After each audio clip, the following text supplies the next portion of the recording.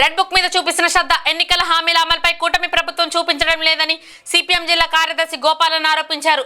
అర్హులైన పేదలకు ఇళ్ల స్థలాలు, టీటోకిల్లు, కాలనీలో మౌలిక సదుపాయాలు కల్పించాలంటూ విజయవాడ నుంచి 5 రోజుల క్రితం సిపిఎం ప్రారంభించిన ప్రజా చైతన్య సైకిల్ యాత్ర ఆదివారం నర్సాపురం పట్టణంలోని అంబేద్కర్ సెంటర్కు చేరుకుంది.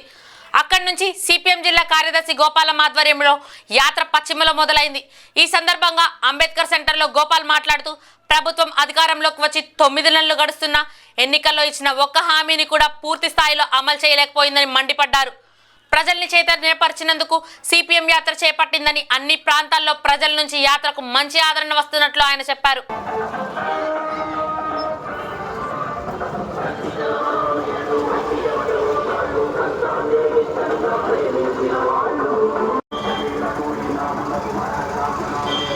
నరసాపురం పట్టణం సోదరులారా, మరి సిపిఎం పార్టీ ఆధ్వర్యంలో 10 రోజుల పాటు సుదీర్ఘంగా సైకిల్ యాత్ర నిర్వహిస్తా ఉన్నాం.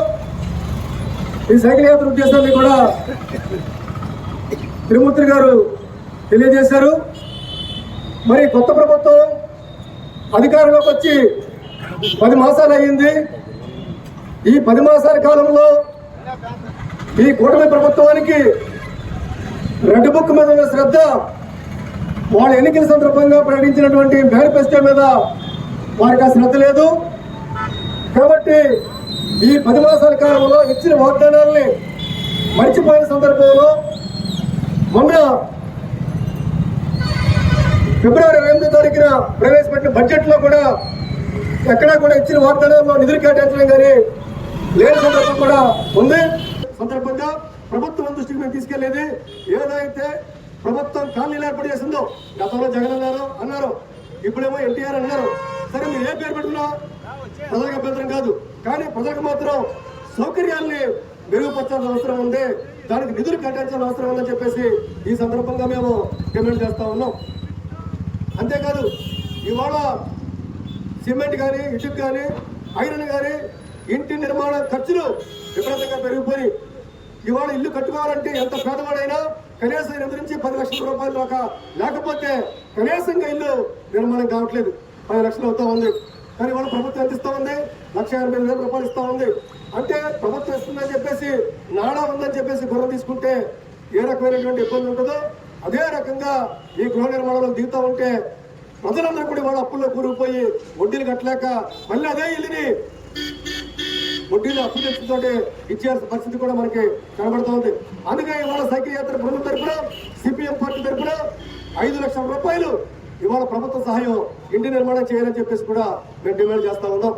అంతేకాదు, ఇవాళ ఈ జిల్లాలో 25,855 మందికి 2014-19 టైంలో, గత తెలుగుదేశం ప్రభుత్వం టైంలో ఇల్లు నిర్మించుకుంటే ఇప్పటికీ కూడా వాళ్ళకి మన ఇంటి బకాయిలు విడుదల చేయలేదు. కొంతమంది 1 లక్షల రూపాయలు రావాల్సి ఉంది, కొంతమందికి 85,000 రూపాయలు రావాల్సి ఉంది, కొంతమందికి 20,000 పడి మిగిలిన బ్యాలెన్స్ రావాల్సి ఉంది.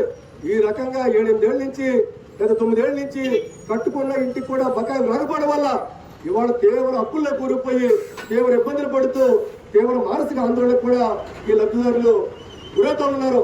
కాబట్టి ఈ ప్రభుత్వం ఈ విషయాన్ని కూడా పరిగణన తీసుకుని పాత బకాయిలు విడుదల చేయాలి, 5 లక్షల రూపాయలు రుణదాయం పెంచాలి, కాలనీల్లో మరుగు సౌకర్యాలు మెరుగుపరచాలి. అలాగే ఏదైతే మున్సిపాలిటీల్లో టిడ్కో ఇల్లు కట్టారో ఆ టిడ్కో ఇల్లు ఇప్పటివరకు కూడా మీరు లబ్ధిదారులకి ఇవ్వలేదు. కాబట్టి టిడ్కో ఇళ్ళని కూడా వెంటనే లబ్ధిదారులకు ఇవ్వాలని చెప్పేసి కూడా మేము డిమాండ్ చేస్తున్నాం. దాంతోపాటుగా అనేక మంది బ్యాంకుల నుంచి రుణాలు తీసుకున్నారు, ఇల్లు కట్టుకున్నారు, కానీ ఇవాళ ఆ రుణాలు చెల్లించే పరిస్థితులు లేరు. కానీ మీరు అదానికి, అంబానీకి, దేశంలోని కార్పొరేట్లకి వారు బ్యాంకుల్లో తీసుకున్న రుణాలని లక్షల కోట్ల రూపాయలు, 10 లక్షల కోట్ల రూపాయలు పైగానే మీరు రద్దు చేస్తూ ఉన్నారు. కానీ పేదవాళ్ళు తీసుకున్న డబ్బు ఎంత? మొత్తం వీళ్ళు కొన్ని వేలల్లో ఉన్నారు, కొన్ని లక్షల్లో ఉన్నారు. వీళ్ళు తీసుకున్నంత డబ్బు కూడా ఒక్క కార్పొరేట్ రద్దు చేసిన డబ్బు అంతా కూడా ఈ 1,00,000 మందికి ఉండదు.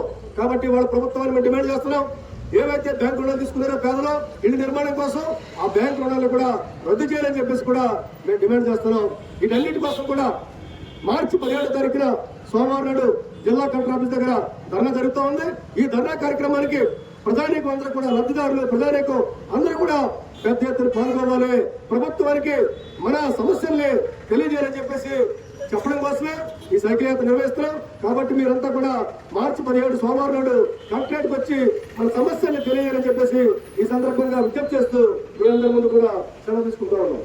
నర్సాపురం పట్టణంలో సొంత ఇల్లు లేక అనేక సంవత్సరాల నుంచి అద్దె గృహాలలో అద్దెలు చెల్లిస్తూ అనేక ఆర్థిక ఇబ్బందులు పడుతున్న పేదలకు ప్రభుత్వం తక్షణం ఇళ్ల స్థలాలు ఇచ్చి ఇల్లు నిర్మించేవాలని కోరుతున్నాం. గత ప్రభుత్వం మంగళగుంటపాలెంలో 100 ఎకరాల స్థలాన్ని సేకరణ చేసింది. అందులో 10 ఎకరాల్లో మాత్రమే తాత్కాలికమైన మౌలిక సదుపాయాలు కల్పించి ఒక 600 మందికి ఇల్లు నిర్మించారు. ఆ ఇల్లు కూడా ఇంతవరకు పూర్తి కాలేదు. వాళ్ళకి పూర్తి స్థాయిలో కూడా లోన్లు కూడా రాలేదు. అక్కడ వాళ్ళు కాపురాలు చేయాలంటే కనీస అవసరాలైన తాగునీరు, కరెంటు, రోడ్లు సదుపాయాలు ప్రభుత్వం కల్పించలేదు. వాటిని వెంటనే కల్పించాలి. అదే పక్కనున్న 90 ఎకరాలు కూడా ఇంతవరకు పూర్తి చేయలేదు. అది పూర్తి స్థాయిలో పూర్తి చేసి మరి ఈ ప్రభుత్వం ఇచ్చిన హామీ ప్రకారం ఒక్కొక్కరికి 2 సెంట్లు ఇళ్ల స్థలాన్ని కేటాయించి ఇల్లు నిర్మాణానికి 5 లక్షల రూపాయలు కేటాయించి వాళ్ళ ఇల్లు నిర్మాణానికి ప్రభుత్వం త్వరితగతిన యుద్ధ ప్రాతిపదికన ఈ నెల ఇల్లు నిర్మాణాన్ని చేపట్టాలని సిపిఎం పార్టీగా డిమాండ్ చేస్తున్నాం.